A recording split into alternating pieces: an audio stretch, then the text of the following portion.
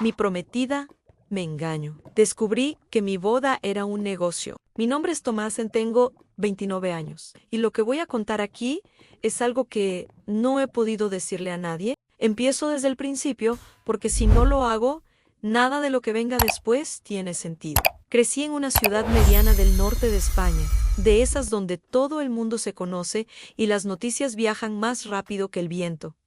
Mi familia no era rica, pero tampoco éramos pobres. Mi padre trabajaba en una empresa de construcción y mi madre era auxiliar de enfermería. Teníamos lo justo.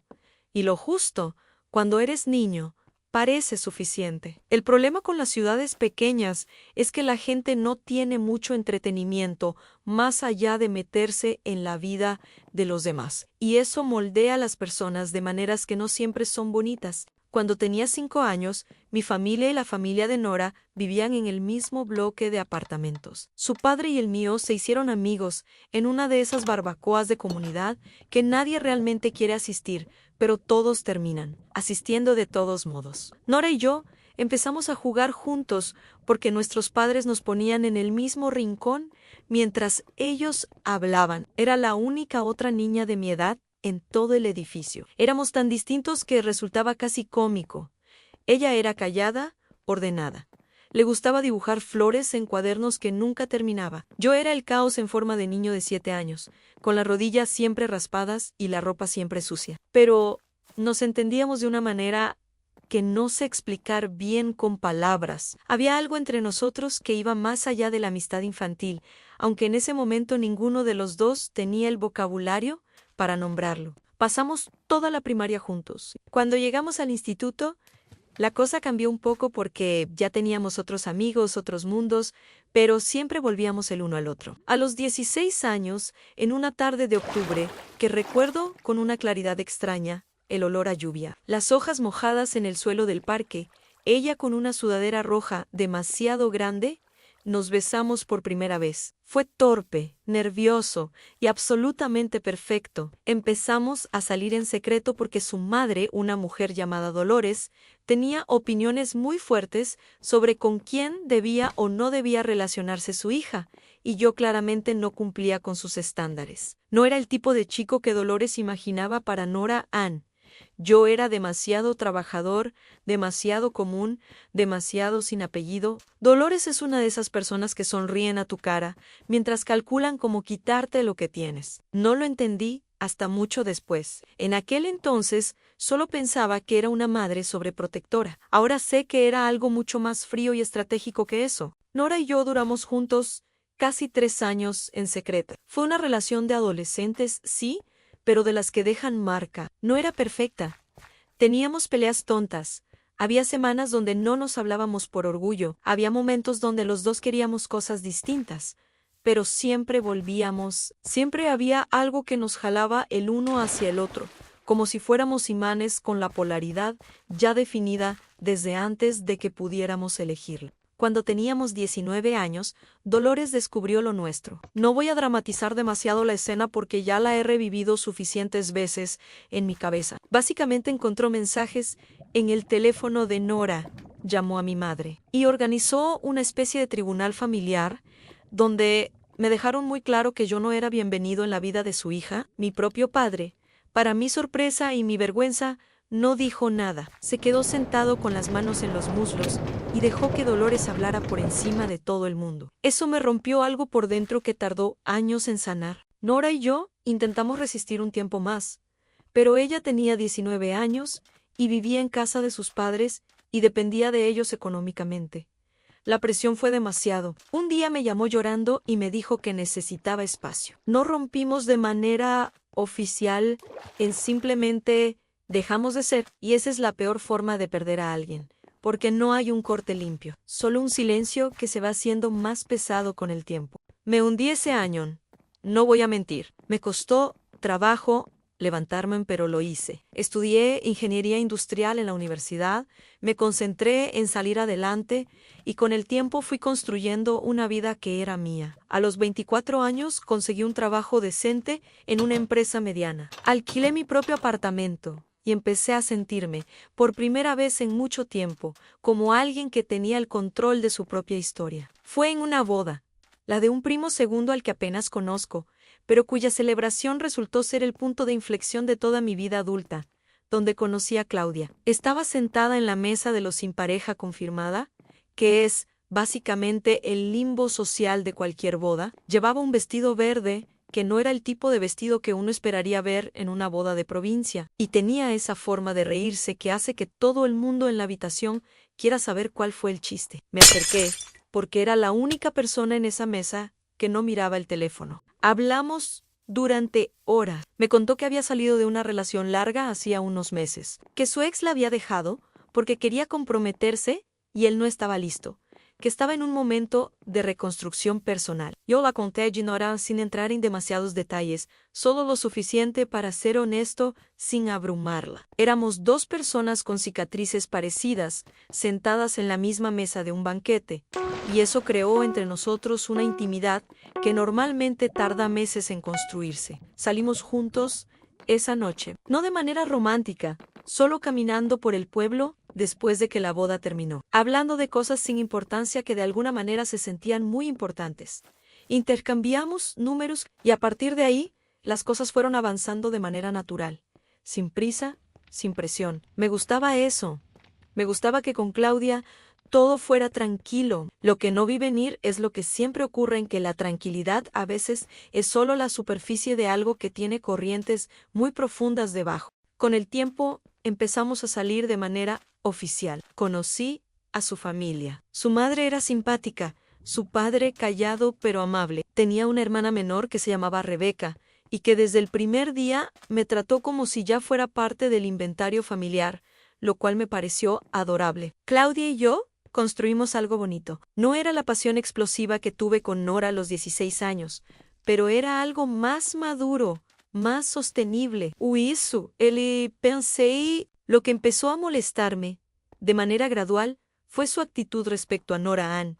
Yo nunca la mencionaba, porque no había razón para hacerlo. Nora era el pasado, y un pasado que ya había procesado, o eso creía, pero Claudia había escuchado cosas. Vivía ahora en el mismo barrio donde yo crecí. Irónicamente fue la razón por la que asistió a esa boda a menos, y la gente siempre habla, le contaban anécdotas de cuando Nora y yo éramos adolescentes, le describían a Nora con esa nostalgia colectiva que los pueblos desarrollan sobre las historias de amor que consideran especiales. Y Claudia, que era perfectamente razonable en cualquier otro aspecto de su vida, se volvía completamente irracional cuando el nombre de Nora aparecía en conversación. Me preguntaba si la había visto recientemente, si seguíamos en contacto en sí, pensaba en ella. Yo respondía con honestidad, no.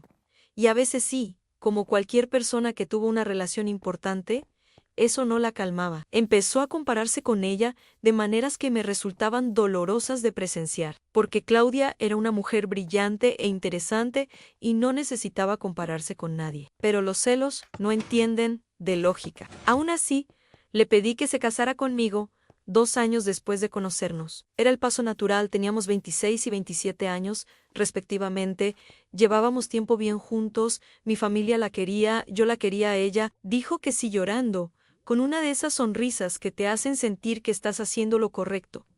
La boda estaba programada para el verano siguiente, y entonces, 10 meses antes de la boda, recibí una llamada de un número que no tenía guardado. Era un hombre y se presentó como Marcos. Me dijo que era el ex de Claudia, el mismo del que me había hablado cuando nos conocimos, el que no había querido comprometerse. Me dijo, con una calma que me resultó más perturbadora que si hubiera gritado, que él y Claudia llevaban viéndose durante los últimos 5 meses, que no se habían separado del todo cuando ella me conoció a mí, Ann, que habían continuado teniendo una relación paralela durante todo este tiempo. Mi primer instinto fue colgar, mi segundo instinto fue pensar que era algún tipo de broma de mal gusto. Mi tercer instinto, el que terminó ganando, fue quedarme en silencio escuchando, porque algo en el tono de ese hombre me decía que estaba diciendo la verdad.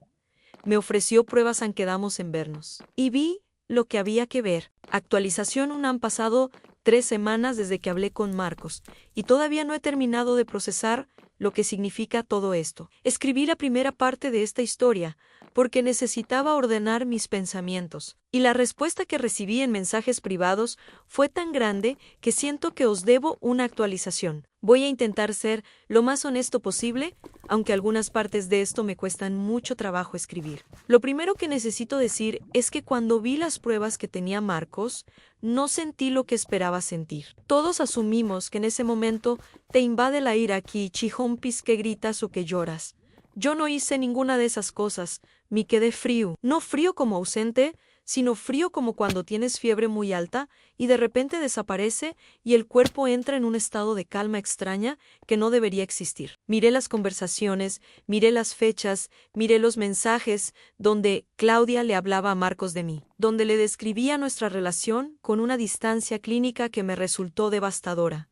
Y simplemente tomé nota, como si estuviera documentando algo que le ocurrió a otra persona. Marcos no es el villano de esta historia, aunque me costó llegar a esa conclusión. Es un hombre que amaba a una mujer que nunca lo eligió del todo, igual que yo. La diferencia es que él lo supo antes que yo, y decidió contármelo, porque según mi Jiju, no quería ser cómplice de una mentira que iba a terminar en matrimonio. No sé si le creo completamente, probablemente también había algo de ego herido en su decisión, pero el resultado fue el mismo. Yo tenía la verdad y ahora tenía que decidir qué hacer con ella. Lo que hice fue exactamente lo que cualquier persona que trabaja con datos hace cuando tiene información importante. La guardé, no confronté a Claudia inmediatamente. No llamé a nadie de mi familia, simplemente guardé las pruebas. Me fui a casa, me di una ducha larga, tan larga, que el agua se enfrió y seguí ahí, parado porque no quería salir y tener que empezar a existir en este nuevo conocimiento. Y al día siguiente fui a trabajar como si nada. Esa semana fue de las más extrañas de mi vida. Convivía con Claudia con total normalidad. Cenábamos juntos, veíamos series, hacíamos planes de boda, y yo estaba ahí, completamente presente en apariencia, completamente ausente por dentro. Era como actuar en una obra de teatro, donde yo era el único que sabía que el decorado era de cartón. Lo que me perturbaba más no era la traición en sí, era la narrativa que Claudia había construido sobre ella misma. La imagen que me había vendido desde el principio, la chica que había dejado a su ex porque no quería comprometerse antes del matrimonio, la mujer de valores sólidos, la que odiaba la mentira por encima de cualquier cosa. Me lo había dicho textualmente. La primera noche que hablamos, lo que no soporto en una persona es la doble cara. Y ahí estaba ella, siendo exactamente eso, mientras yo asentía y pensaba que había encontrado a alguien genuino. La confronté el 10º día. No lo planeé para ese día específicamente. Simplemente ocurrió en un momento en que estábamos los dos sentados en el sofá y ella me preguntó si había pensado en el menú para la boda, y algo dentro de mí decidió que ya era suficiente. Le dije, con una calma que me sorprendió a mí mismo, que necesitaba que fuéramos honestos el uno con el otro, que sabía lo de Marcos. ¿Que lo sabía todo? Lo que pasó en los siguientes minutos es difícil de describir con justicia. Primero lo negó. Luego, cuando vio que yo tenía pruebas, cambió de estrategia y trató de minimizarlo, que había sido solo un par de veces, que era algo del pasado, que no tenía nada que ver con lo que teníamos nosotros. Luego llegaron las lágrimas. Y luego, lo que menos esperaba, empezó a hablar de Nora. Me dijo que si yo no hubiera tenido a Nora en mi corazón todo este tiempo, ella no se habría sentido tan insegura. Que Nora era el problema real, que la gente del barrio seguía hablando de nuestra historia como si fuera una leyenda romántica y que eso la había hecho sentir que nunca sería suficiente para Mian y que por eso, en un momento de debilidad, había vuelto a Marcos, porque Marcos, al menos, nunca había tenido un gran amor antes de ella. Me quedé mirándola, no con rabia, con algo que, si tuviera que ponerle nombre, llamaría asombro. Era asombroso. Era asombroso que alguien fuera capaz de construir esa narrativa en tiempo real, de convertirse en víctima de su propia traición mientras la persona traicionada estaba sentada frente a ella. Lo había convertido en mi culpa. Y lo peor, lo verdaderamente perturbador, es que al día siguiente esa versión ya estaba circulando entre nuestras familias. No sé quién llamó primero a quién, pero para cuando yo llegué a casa de mi madre al día siguiente, ya todo el mundo sabía que había problemas en la relación Y la versión que circulaba era que yo nunca había superado a mi ex de la infancia y que eso había empujado a Claudia a buscar consuelo en otro lugar. Mi madre me recibió con esa mirada que tienen las madres cuando quieren regañarte, pero también están preocupadas y no saben qué hacer con esas dos emociones al mismo tiempo. Mi tío Alberto, el hermano mayor de mi padre, que desde que papá enfermó hace 3 años, se autoproclamó patriarca de la familia, estaba allí también, con su mujer, Pilar, que es básicamente su portavoz porque Alberto sin Pilar no tiene opiniones propias. Y estaban mis dos hermanos menores, Mateo de 16 y Sofía de 12, que no entendían nada de lo que estaba pasando, pero se habían quedado porque era fin de semana y no tenían a dónde ir. Alberto empezó a hablar antes de que yo pudiera siquiera sentarme. Me dijo que Claudia era una buena chica, que los errores ocurren, que el amor verdadero requiere perdón. Le dije que si él quería perdonarla, tenía todo mi apoyo, pero que esa no era mi decisión a tomar. Pilar intervino diciendo que yo tenía que hacerme responsable del papel que había jugado en todo esto, que si yo hubiera cerrado bien el capítulo de Nora, nada de esto hubiera ocurrido. Fue en ese momento cuando perdí la compostura. No grité, no chiré nada, pero dije cosas que no debería haber dicho delante de mis hermanos menores y de las que me arrepiento, no por su contenido, sino por el momento y el lugar. Le dije a Pilar, mirándola directamente a los ojos, que era interesante que ella hablara de responsabilidad en las relaciones dado que yo tenía cierta información sobre cómo ella manejaba la suya. No era verdad, no completamente. Había escuchado rumores años atrás, nada o confirmado, nada que yo pudiera sostener, pero el efecto fue nuclear. Alberto se puso de pie. Pilar empezó a llorar. Mi madre me llamó por mi nombre completo, lo cual, en el lenguaje materno universal, significa que has cruzado una línea. Me fui, subí a mi antigua habitación, que sigue siendo mi habitación, aunque ya no viva allí. Me senté en el suelo con la espalda contra la cama, porque la cama me traía demasiados recuerdos de conversaciones telefónicas, nocturnas con Claudia, y me quedé así durante un buen rato. Sofía subió a buscarme después de un rato y se sentó a mi lado sin decir nada. Solo apoyó la cabeza en mi hombro. Tiene 12 años y ya entiende que a veces las personas necesitan compañía silenciosa más que palabras. Ese es el tipo de inteligencia que no se enseña y que me llena de orgullo cada vez que la veo demostrarlo. Lo que vino después de esa tarde fue una semana de silencio autoimpuesto. Apagué las notificaciones de casi todo, respondí solo los mensajes de trabajo y me dediqué a pensar de verdad,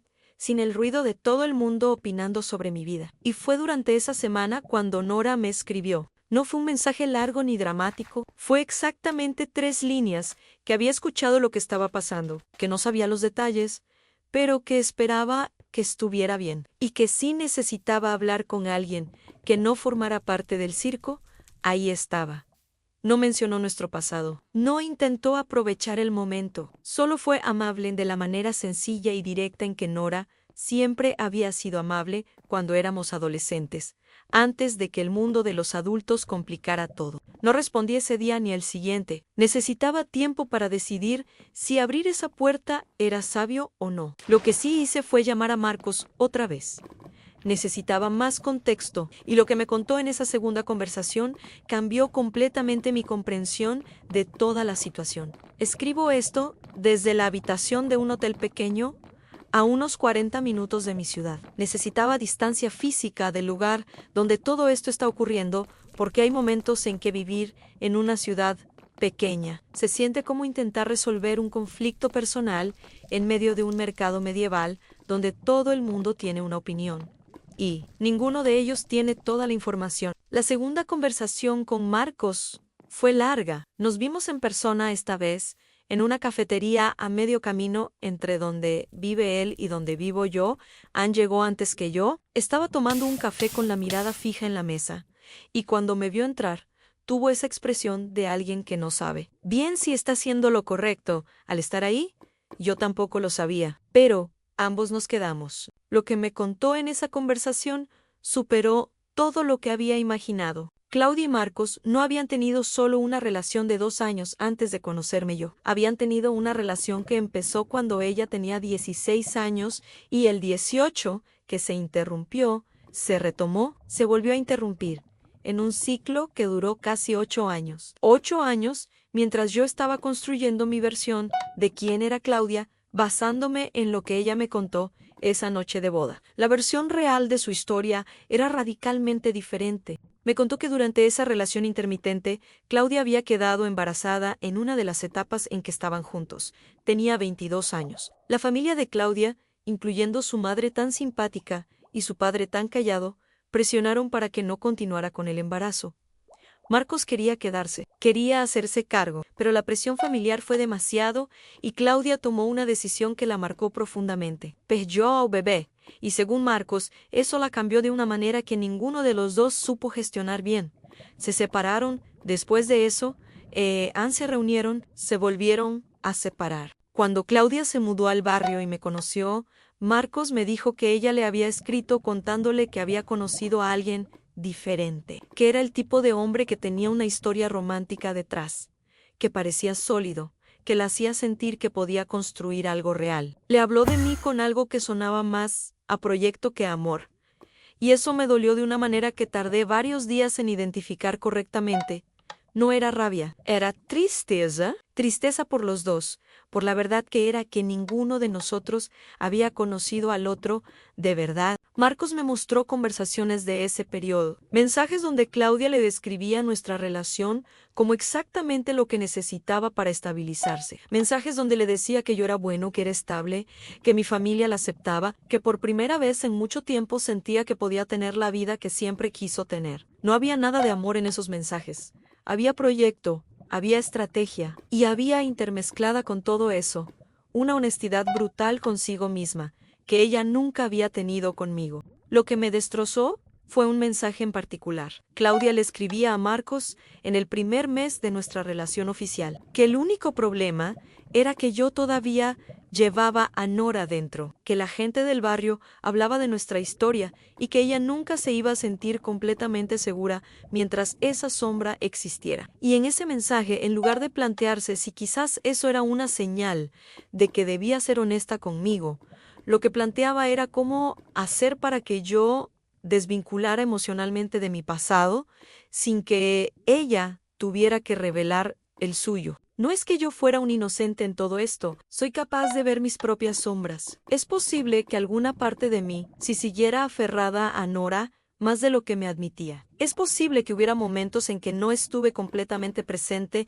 en mi relación con Claudia, pero lo que yo no hice fue construir una mentira y sostenerla durante 2 años. Lo que yo no hice fue usar a otra persona como proyecto de estabilización mientras mantenía una relación paralela. Esa es la diferencia.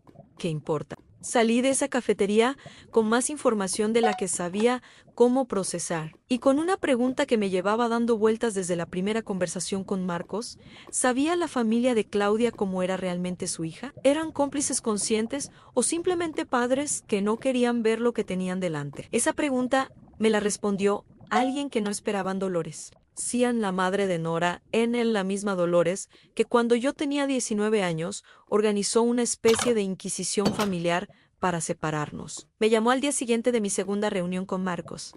No sé cómo consiguió mi número. Le pregunté directamente y me dijo que Nora se lo había dado, con su permiso, que Nora quería que habláramos. Mi primer instinto fue colgar, mi segundo instinto fue quedarme en la línea, porque la curiosidad, combinada con 10 años de preguntas sin respuesta, puede más que la prudencia. Dolores me dijo que necesitaba decirme algo que había guardado durante mucho tiempo, que lo que le hizo a nuestra relación cuando teníamos 19 años no había sido solo sobreprotección maternal, que había habido algo más que el padre de Claudia, la misma familia que ahora me estaba pidiendo que perdonara a su hija. Había hablado con el padre de Nora antes de que todo estallara, que había habido una conversación entre familias, una especie de acuerdo no explícito, basado en intereses que no tenían nada que ver con el bienestar de sus hijos. Me quedé en silencio durante varios segundos.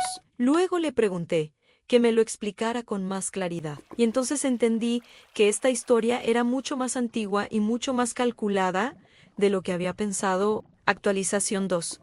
Esta es probablemente la última actualización que escribo aquí, al menos por un tiempo. Necesito cerrar este capítulo y empezar a vivir en lugar de estar constantemente narrándolo. Pero antes de irme, necesito contar el final, porque sería injusto con todos los que me han escrito preguntando qué pasó. Y también injusto con la versión de mí mismo que empezó a escribir esto porque necesitaba que alguien lo escuchara. La conversación con Dolores duró casi 2 horas. Me la cuento en fragmentos durante los días siguientes. Algunas cosas por teléfono y otras en persona cuando acepté reunirme con ella en un café. Lo que me reveló fue esto. Cuando Nora y yo teníamos 19 años y nuestra relación fue descubierta. No fue solo Dolores quien se opuso. El padre de Claudia, que en ese entonces ya vivía en el barrio y era conocido de ambas familias, había hablado con el padre de Nora, expresando su preocupación porque su hija Claudia había empezado a fijarse en mí. Era una situación absurda. El padre de Claudia, cuya hija todavía no me conocía oficialmente, estaba preocupado porque yo tenía una relación seria con otra chica del barrio. ¿Por qué eso era problema suyo?, te preguntarás. La respuesta es dinero. Mi padre, que falleció hace 3 años, era socio minoritario en una empresa de construcción local que en los últimos años había crecido de manera significativa. El padre de Claudia era el socio mayoritario. Lo que yo no sabía, porque mi padre nunca me lo contó con detalles, es que en su contrato de sociedad había una cláusula, redactada de manera deliberadamente ambigua, que establecía que en caso de matrimonio de alguno de los socios o de sus hijos mayores, el otro socio tenía derecho de primera opción sobre ciertas participaciones. Era una cláusula arcaica, del tipo que se redactan por precaución y que raramente importan, excepto cuando alguien decide que sí le importa. El padre de Claudia había visto en mí una opción, no en mí como persona, sino en mí como hijo de su socio. Si yo me casaba con Claudia, ciertas cosas se simplificaban en términos de la estructura de la empresa. Mi padre nunca estuvo de acuerdo con eso, pero tampoco lo dijo con suficiente claridad, y cuando murió, dejó esas conversaciones sin resolver. Lo que había ocurrido, según Dolores, es que la presión que ella ejerció sobre Nora para que terminara conmigo no había sido solo maternal. Había habido una conversación, una sugerencia velada, una transacción no explícita, pero perfectamente entendida, entre la familia de Claudia y la de Nora, para despejar el camino. Cuando Dolores me lo contó, no me puse furioso de inmediato. Pasé por una especie de secuencia interna en incredulidad, luego reconocimiento, luego una tristeza enorme, luego furia y luego al final algo parecido a la claridad, todo en Callao. La rapidez con que Dolores había actuado, la forma en que el padre de Claudia siempre me había mirado con esa mezcla de evaluación y satisfacción que yo nunca había sabido descifrar. La manera en que Claudia, criada en esa familia, había aprendido a ver las relaciones como instrumentos, no era victimismo, era simplemente entender el tablero completo por primera vez. Lo que hice con esa información fue quizás lo que menos esperaba de mí mismo.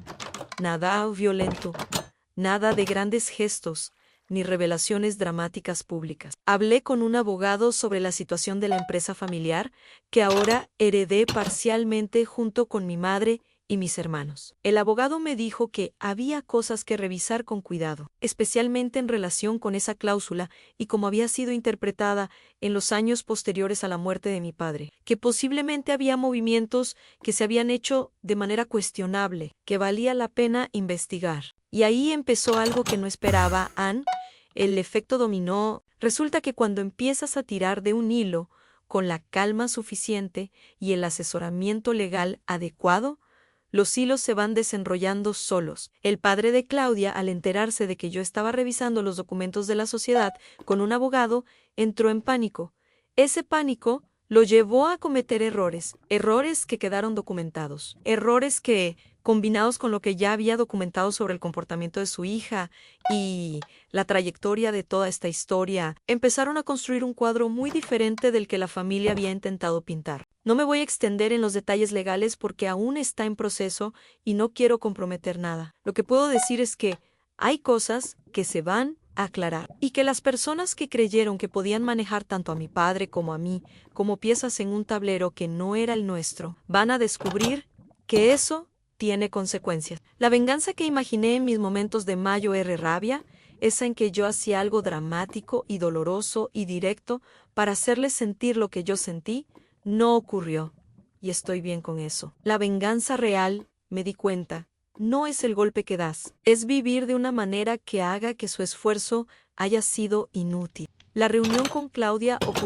fue en casa de mi madre, como había acordado con los suyos. Cuando la vi, lo primero que pensé fue que parecía más pequeña de lo que la recordaba. No sé si era la ropa o la postura o simplemente que cuando uno deja de ver a alguien con amor, las personas pierden algo de su tamaño. No sentí ira al verla, no sentí humor. Sentí algo parecido a la indiferencia, mezclada con una especie de pena genuina, porque Claudia, más allá de todo lo que había hecho, era también alguien que había crecido en una familia que le enseñó a ver las relaciones como instrumentos, y eso no se aprende sin costo. Sus padres hablaron mucho, defendieron a su hija con la energía de quienes saben que están perdiendo terreno, pero no pueden admitirlo. Su madre insistió en que todo había sido un error, que Claudia estaba en terapia, que había cambiado. Su padre se mantuvo más callado que de costumbre, lo cual me dijo más que cualquier discurso. Cuando alguien que normalmente domina la conversación de repente decide callarse, es porque sabe que cualquier cosa que diga puede usarse en su contra. Claudia me pidió hablar a solas al final de la reunión. Caminamos un rato, como en esas historias que siempre terminan igual, y me dijo que lo sentía. Me dijo que sabía que no había manera de deshacer lo que había hecho. Me dijo que en algún punto de nuestra relación había llegado a quererme de verdad, aunque hubiera empezado de otra manera. No sé si creerle esa última parte, pero tampoco me parece importante determinarlo. Le dije que le agradecía la honestidad tardía, que esperaba que la terapia le ayudara a entenderse mejor a sí misma, y que no habría ningún tipo de contacto en el futuro. Ella asintió. Me pidió un abrazo de despedida. Se lo di porque no soy capaz de dejar a alguien sin ese gesto mínimo de humanidad, incluso cuando me han hecho daño. Me sentí, caminando de regreso a mi coche, como alguien que acaba de terminar de leer un libro muy largo y muy pesado, no aliviado del todo a no feliz, pero sí libre de algo que no sabía que estaba cargando. Nora y yo nos vimos 2 veces después de que respondí su mensaje. La primera fue incómoda, de esa manera específica en que las conversaciones con personas que conociste muy bien en otra vida son incómodas. Hay demasiadas cosas que no necesitan explicarse, pero tampoco pueden asumirse. La segunda fue mejor. Hablamos de todo lo que había pasado en los 10 años que estuvimos sin hablar, con una honestidad que me resultó refrescante. No sé qué va a pasar con eso. No sé si debe pasar algo. Por ahora, me parece suficiente que exista de nuevo como alguien presente en mi vida, aunque sea de manera periférica. Lo que sé con certeza es esto.